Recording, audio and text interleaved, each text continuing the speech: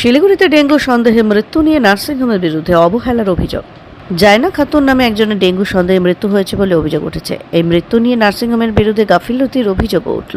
Dengue সন্দেহে জায়না খাতুনের মৃত্যুর খবর ছড়িয়ে পড়তেই মঙ্গলবার সকালে মেয়র গৌতম দেব মৃতের বাড়িতে পৌঁছান খবরাখবর নিতে। মেয়রের সামনে সেই মেয়ের মৃত্যুর জন্য চিকিৎসার গাফিলতিতে অভিযোগ তোলেন পরিবারের সদস্যরা। গত রবিবার রাতে 9 বছরের জায়না খাতুনের মৃত্যু হয়েছে ডেঙ্গু সন্দেহে। এদিন সকালে মৃত জায়নার পরিবারের সঙ্গে দেখা করতে যান শিলিগুড়ি পুরসভার মেয়র গৌতম দেব, ডেপুটি মেয়র রঞ্জন সরকার সহ মেয়র পরিষদ, বড় চেয়ারম্যান, চিকিৎসক এবং অন্যান্য আধিকারিকেরা। এই মৃত্যু সম্পূর্ণ নার্সিংহোমের গাফিলতির জন্য হয়েছে বলে মেয়রের কাছে অভিযোগ করেন তার মা। তিনি মেয়র গৌতম দেবের সামনে হাত জোর করে জানান, এই মৃত্যুর সঠিক বিচার করতে হবে এবং নার্সিংহোমের বিরুদ্ধে যথাযথ ব্যবস্থা গ্রহণ করতে হবে।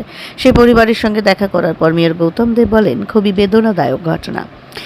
ডেঙ্গু সন্দেহে বা ডেঙ্গুর মৃত্যুর অভিযোগ নিয়ে দার্জিলিংয়ের CMOH একটি কমিটি গঠন করেছে। সেই কমিটি তদন্তের